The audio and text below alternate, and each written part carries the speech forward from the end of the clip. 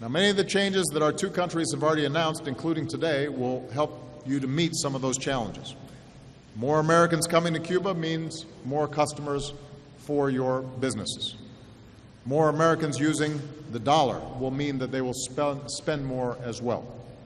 There will be more channels for you to import supplies and equipment.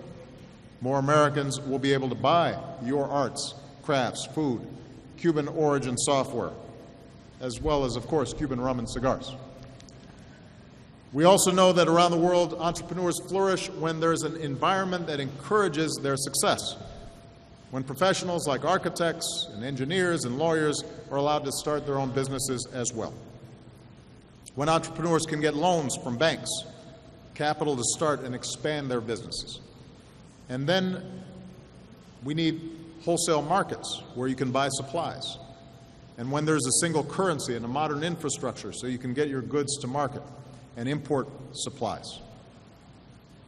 And perhaps most importantly, when everybody has a chance to succeed, including women and Afro-Cubans. These are all areas where the United States hopes to be a partner as Cuba moves forward. And I can tell you, one of the reasons I'm so confident in the potential of the Cuban people is because you have some important advantages. Your commitment to education and very high literacy rates, that gives you an enormous advantage in the 21st century. That's been an investment that has been made here in Cuba. Your ingenuity. Who else could keep almendrones running all these years? You've got more than 300 million potential American customers and one of the world's most dynamic cities, Miami, right next door. And you have more than 2 million talented, successful Cuban Americans, some of whom joined me on this trip, ready to invest in you and help pursue your dreams and have deep family commitments and deep roots in Cuban culture. So I'm absolutely convinced if just given a chance, more Cubans can succeed right here at home in the Cuba that you love. So I'm here today to say that America wants to be your partner. Around this visit, American companies are moving ahead with new commercial deals. GE is going to sell more products here, from aviation to energy technology.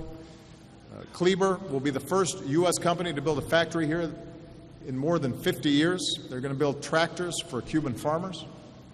Starwood will become the first U.S. hotel that operates here in nearly 60 years. And Marriott plans to come as well. And they'll help train Cubans in the hospitality industry.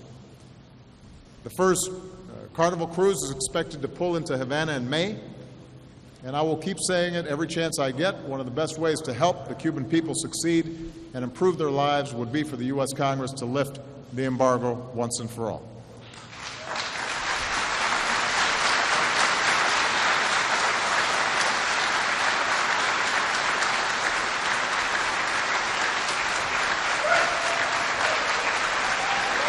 And you know,